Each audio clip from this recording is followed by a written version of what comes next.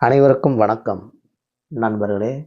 லக்னத்திற்கு 9ஆம் இடம் என்பது பாகியஸ்தானம் என்று கூறப்படுகின்றது. இந்த 9ஆம் இட அதிபதியின் நிலையை வைத்து ஜாதகருடைய தந்தையின் நிலையை நாம் அறிந்து கொள்ளலாம்.